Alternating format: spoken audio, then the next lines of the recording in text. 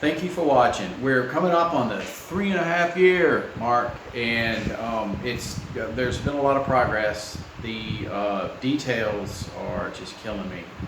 And when I say details, it's stuff like trim work and all that. Obviously, when you renovate a house, what we've had to renovate there was a lot of rotten floor joists, ceiling joists. There's just a lot of stuff. We had to put in the new faucet septique. We've gone over that. There's been just a lot of the structural work, and then dancing around the fact that we're living in the house as well as trying to renovate. So it's back and forth. It's very common for the cart to get ahead of the horse on a lot of occasions, which is just the way it is. Living, I think if I did it over, I know a lot of people do this. I think if I did it over, I might try to find alternate living, and that way I could just gut everything and have at it. It's hard to say, but either way, it's done. So anyway, things I keep saying this, things are moving along because honestly they are. The rooms that I've renovated up here are at least in their final stages, meaning all the sheetrock is hung. Most of it's 99.9% finished as far as the taping and the mudding, and most of it's primed. That's awesome. So now it's just a matter of going to each room and finishing them. Paint, floors, etc. So now, in this episode, we're going to be in the master bedroom. The details are coming to life. Unfortunately, and I'll mention this a little bit later, and I do apologize for the repetition, but I didn't film much of putting up the trim, and we had a pretty fancy trim detail, so I didn't film a lot of that, which I don't know. I just get to work in it. It's really a chore because it's me. It's just me. I'm doing all the work. I'm doing all the film editing. I'm doing all the filming. And it's you forget. You get your work laid out, like all the materials, the tools, all on the job, ready to go. Got your plan, and then I forgot to turn the camera on. All right, let me quit yammering and let's show some progress here. We've started the trim detail here in the bedroom. It's a pretty interesting product. It's polyurethane. It comes in 200 centimeter strips. As you see, that's how it's shipped to me. You'll see the box over there on the scaffolding. Got my workbench set up. I pre-cut as much as I can, and then I just use an adhesive caulk, and then I tape it up till it dries. And it's very strange for me because I'm old school. I'm doing trim work with a pneumatic nailer and tacking everything, and so this is a little bit different, but it's an easy product to work with. It's resistant to rot and that sort of thing, but overall it's pretty cool.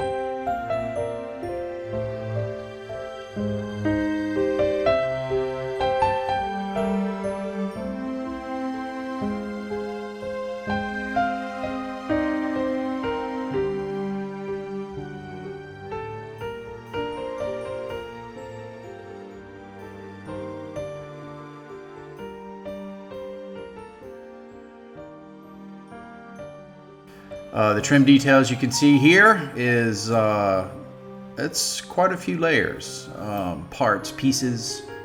What do you call that? A 10-piece crown molding or something like that.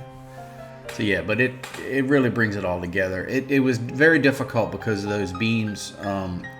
We wanted to leave those exposed, and it was very difficult because they're not straight, and try to get that trim in there to make it straight. On the wrought iron, I hope I got a fairly good brass. It's several coats and several techniques to try to get a faux brass look without making it look too, I don't know, too cheesy, too cheap, too imitation. Try to go for a antique brass effect. I think it looks pretty good. There's multiple layers and different types of paint and a little bit of buffing here and buffing there, but I think I got it. And Barbie's wall sconces will be on both sides of the bed there. It'll be nice. So we've got some that's kind of cool how the light reflects on the back. We've got some more painting to do back here. There's a little bit of work. There's some trim work to do on the back of this. So this is just, it's moving along. Moving into the back. As you can see, most of the I should say taping and mudding is done. We've got a primer coat on. I haven't even started the shower unit yet, which is going to be fun. So that's pretty much what's done back here. I know I've been back here multiple times, but at least we've shown some progress. You've got like I said, everything's primed and ready to go. And for those of you who don't know, this mirror is going here above the vanity. It was going to be a single mirror there, but we decided when we found this, decided to go ahead and put that. So it's going to take some work to get that to fit. I really like the view. I mean, the look that this feature gives, especially with the sun shining through. I think that's pretty cool. But yeah, that's where we're at.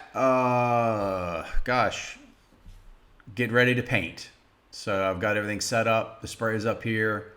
I've got the paint and going to get everything taped and masked off here and give it a spray down. So hang tight. We're going to do this here shortly.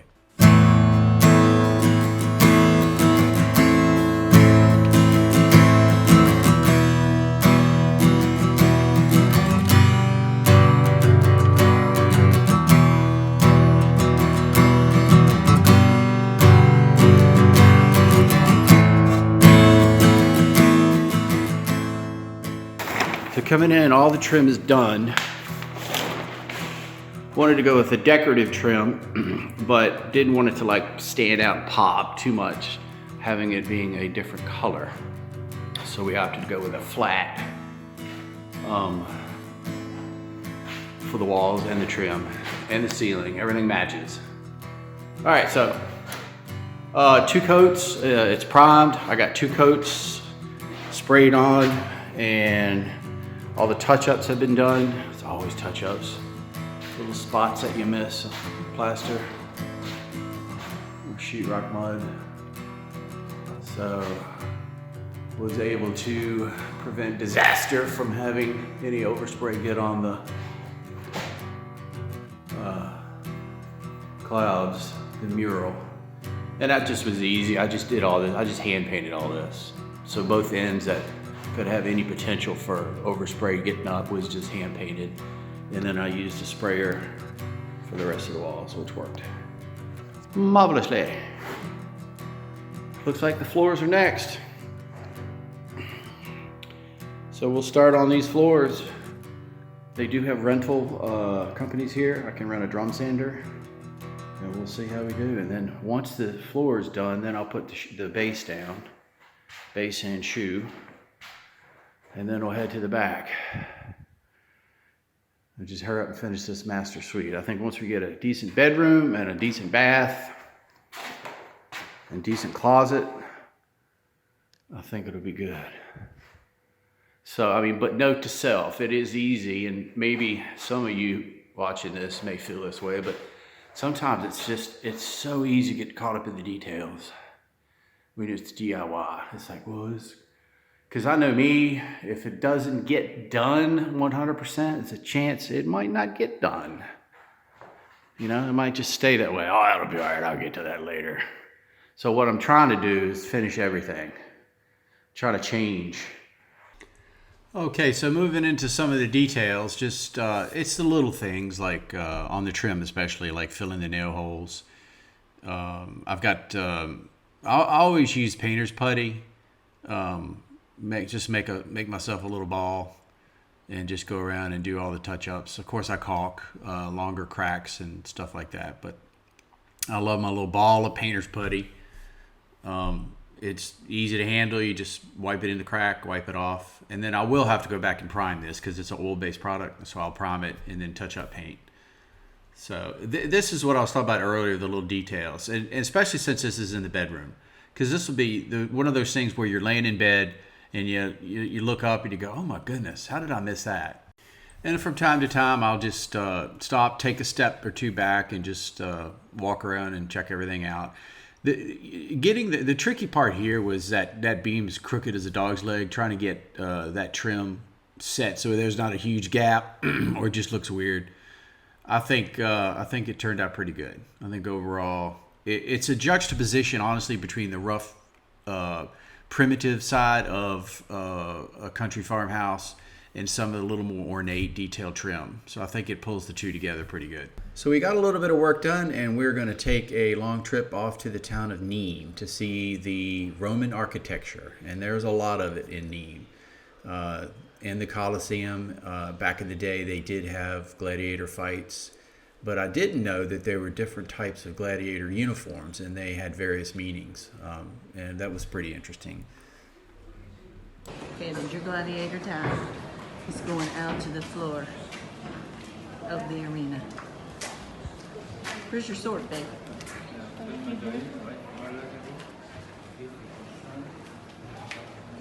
He's not a very good gladiator. He's not even psyched up. Super gray out there. Are you not entertained? Okay, that was kind of silly, but we were having a good time.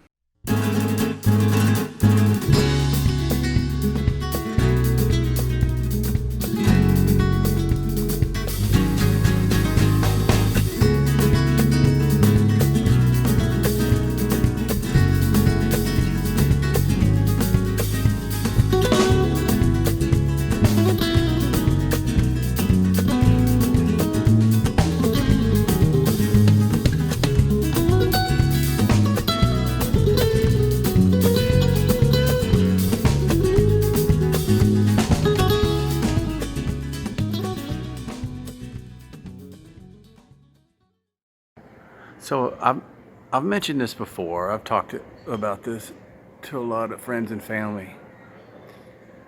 But basically, everything with respect to architectural detail, trim, or molding goes back to here.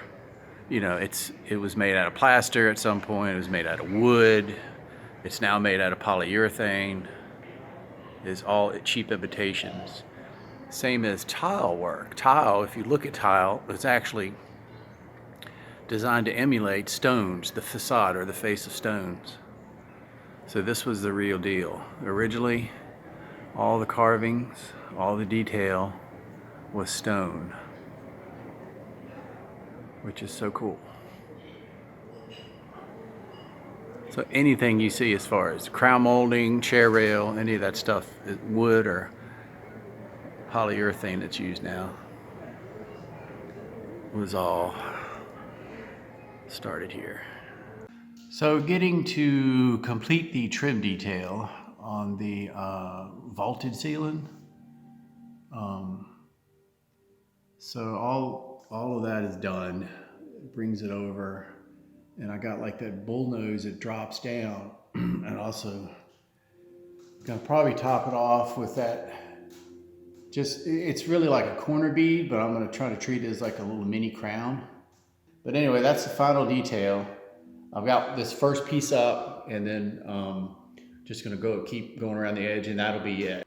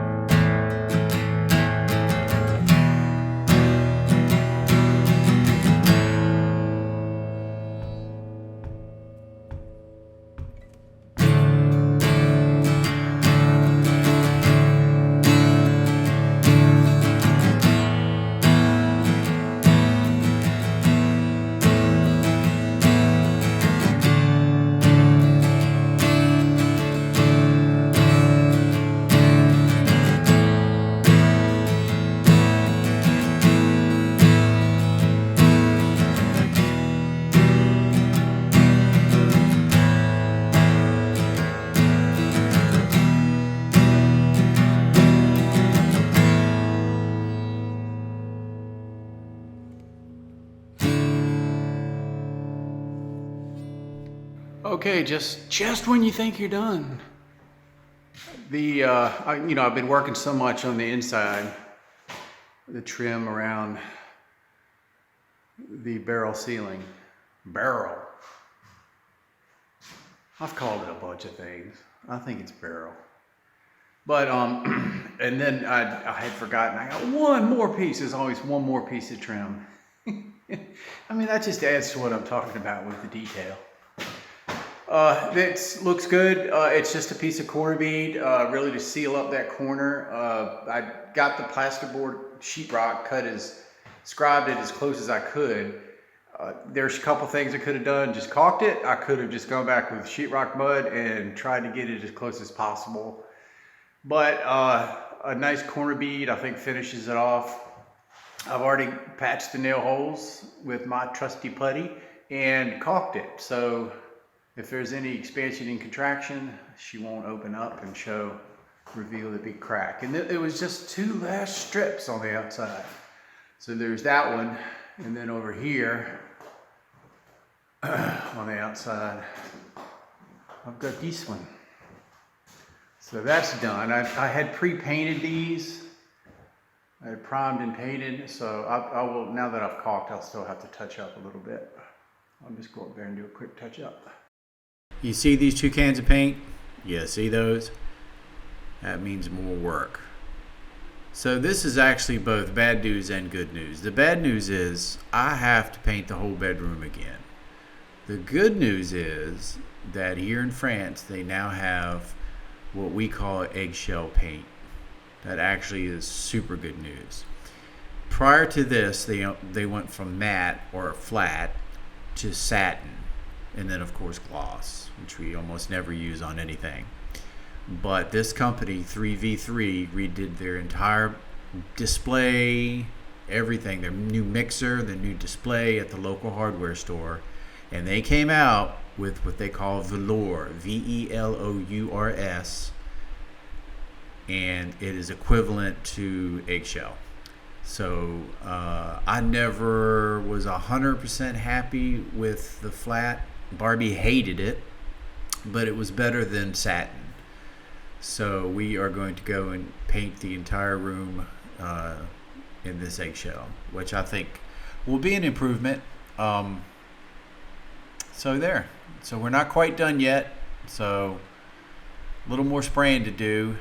And but anyway, thanks for watching, folks. Come on back next time. We'll have some more stuff for you.